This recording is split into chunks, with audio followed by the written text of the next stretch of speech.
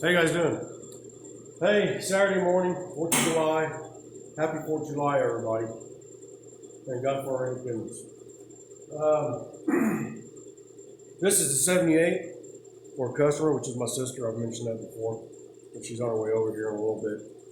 Last weekend, we got the nose off. We got the engine out. The engine's over there. And maybe today or tomorrow or next week, we're going to start tearing into the engine. It's already been rebuilt. It's already been 30 over. I don't know how long ago it is. The cylinder walls don't look too bad. But the outside of it's just awful. I mean, we're going to power wash it all off, take it apart, clean everything, and we're going to disassemble the heads, fully port the heads. It's already got an Edelbrock RPM intake on it. We're going to clean it up, board it out to match the heads. And all of that's going to be a series of videos. I'll show you how to do some porting.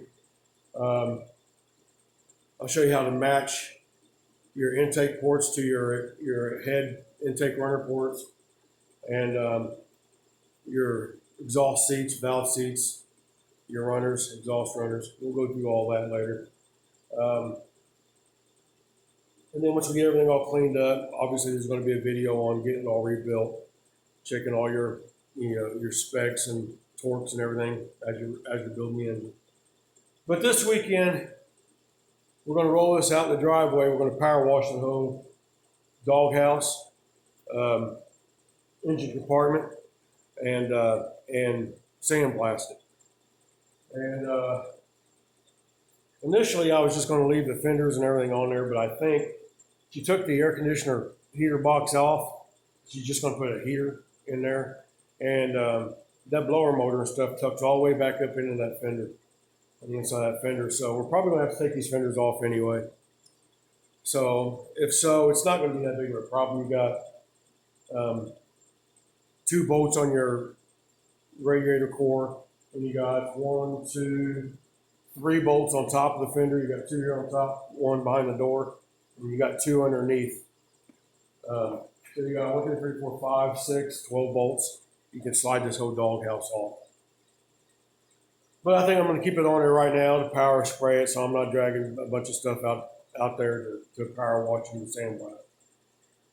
We're going to get it cleaned up. I got a bunch of holes on the firewall that these people had it before. They drilled holes in there. They was running wires out. I mean, the wiring on this was awful. I mean, they hacked and spliced. They had speaker wires spliced in, using it for power wire and ground wires, and it was a mess. So basically, none of it's usable. She's going to have to go to Painless and probably get a whole new wiring system for this.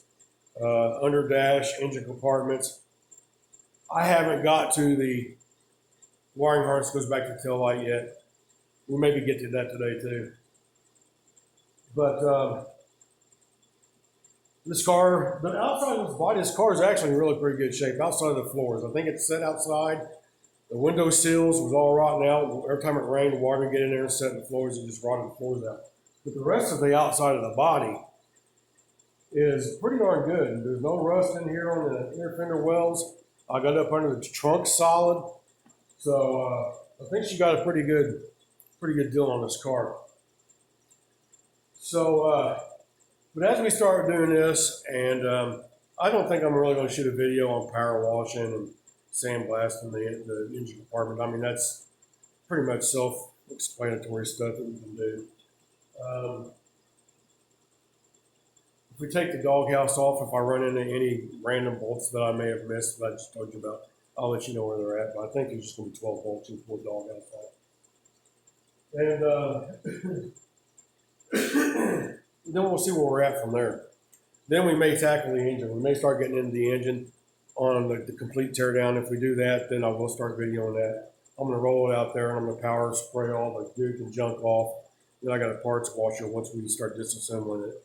We're going to clean the heads, the crank, the cam lifters are gone. She's getting new cam lifters. Rods, pistons. May put new pistons on them. I'm going to see how bad they are. Like I said, it's already been rebuilt 30 over, so they may not be bad. May just do a re-ring on it, hone out the cylinders. I'm going to mic the cylinders and see if they're still in spec.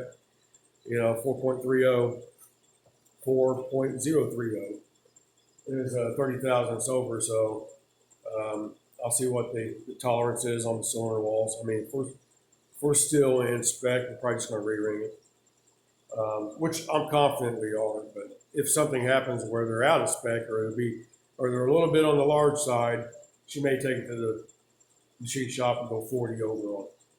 And then we'll mic the cam and see if the cam's 10 under with the main and 10 under the rods. Sometimes people, they rebuild these engines and the crank's still in good shape. I mean, bearings are still in good shape, so it may just be a standard bearing. So we'll have to check that out. Take all the plugs, free plugs out of it. Basically strip it all the way down, bare block. Get your block clean, power wash it off some more. And then the rest of it's just boring, monotonous stuff. Cleaning your push rods, cleaning all your valve springs, your valves, and your heads. Cleaning the rods, pistons, like I said, main caps. I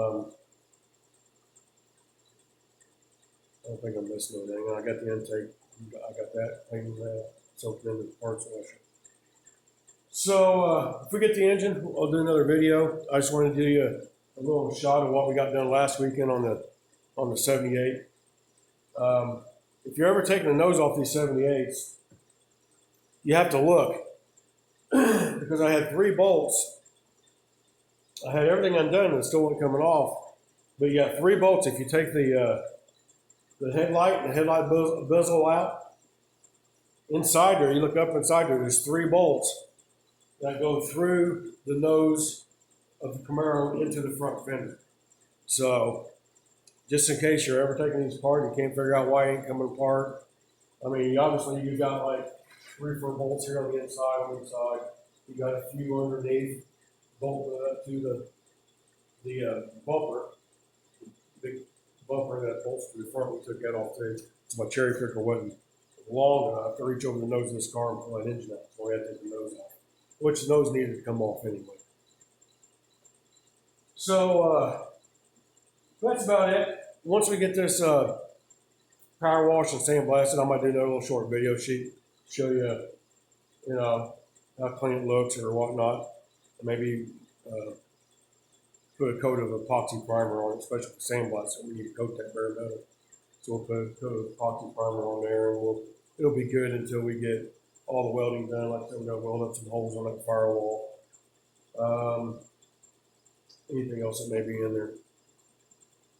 But just want to do a short little video. And as far as the rest of this weekend, I think if we do any more videos, it's probably going to be disassembling the engine. And a lot of guys may know how to do that, may know how to tear an engine down, etc. Keep all your parts sorted out. But there may be some new guys out there just starting to wrench on their cars, and they want to know some step by step on the best way to disassemble an engine, what to look for, and how to keep everything organized and get your parts cleaned up. So, but hit like, subscribe, get some comments if you guys got any comments, and let me know what you think.